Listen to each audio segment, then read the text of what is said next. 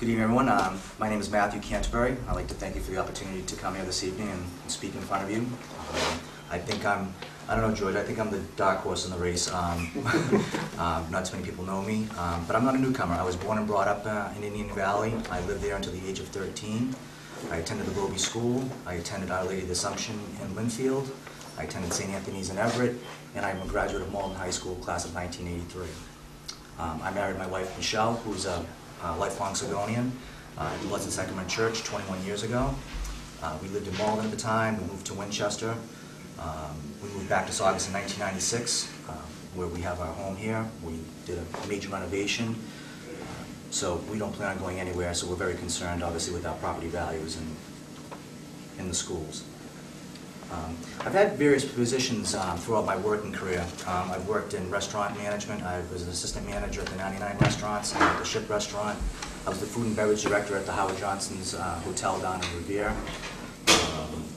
I've been a driver personal assistant for 3 local area businessmen, which kind of gave me the basis for owning my concierge service that I've had for the last 19 years.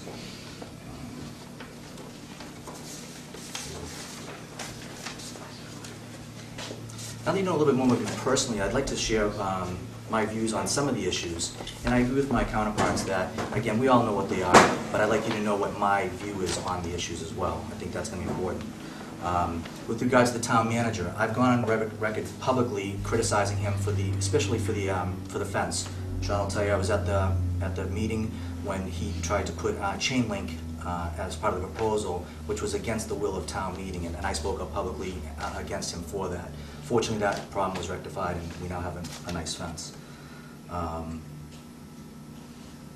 I've also publicly stated that if the town manager's contract would be extended, that I would like to see monthly variance reports and financial forecasts. I want to know where we are at any given moment and which direction we're heading.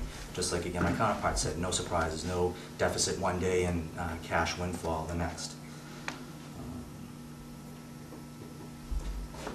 It's been also mentioned about the school tuition, about Chapter 70 money. I know we're about $513,000 short. There is currently a class action suit that some of our neighboring communities that have established that I would like to see us explore joining, so maybe we can use some of those funds that we're legally entitled to.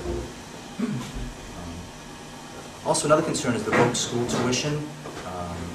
I'm sure you all realize that actually Saugus pays the 3rd highest tuition rate out of the 11 member communities at the voc.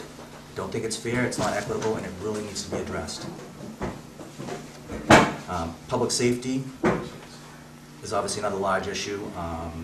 I'm in favor of a West Side Fire Station, just like Chief Blanchard is, and as well as the 5 chiefs before him. I don't want to exploit a tragedy, but I think in light of the tanker tragedy that happened on Route 1, I think we've garnered some attention from state officials, and we could potentially go after some state and federal funding to fund a West Side Fire Station if it incorporated a foam truck as well. That's something I like to see. Obviously, Route 1 divides our community into 2 halves. There's other communities around us that could benefit from us. Massport did a wonderful job by getting us their foam truck that day, but it took it 45 minutes. Whereas if we had one strategically located in Saugus, and if its range was, say, from Chelsea on Route 1 all the way up to the North Shore and to Topsfield, that time could be cut, dramatically, and hopefully a life or property and could be saved. Also, recently I became involved with kind of cleaning up some of the parks and school areas where kids have been kind of hanging out. It gave me an opportunity to meet a lot of the residents, the neighbors in that area, but instead of just shooing them from one area to the other, there's something that has to be done for our youth.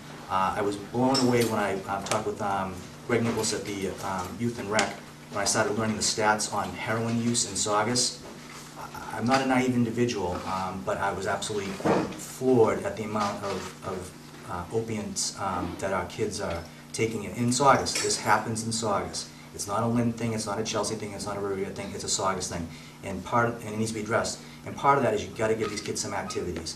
I am in favor of a dedicated skate park for them. I'm also in favor of the Bike to Sea community trail that's been proposed. When I lived in Winchester, I've had a chance to use the Minuteman Trail quite often. It doesn't drop property values, people use it, people patrol it themselves, and police it, and I think it'd be a welcome addition to our community. Even though the mayor of Lynn kind of put the kibosh on us getting all the way to the sea, but we'll have to see what happens with that. I am also, please. 30 seconds. Okay, thank you. I'm a proponent of single-stream recycling. I believe that we've made great strides in reducing our trash tonnage. Another program I like to see is the Recycle Bank. It provides incentives for people to recycle.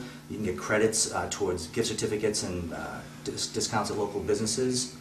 I've been dubbed the pro-business candidate. I want to work hand in hand with the Chamber of Commerce and its Executive Director, Sean Grant.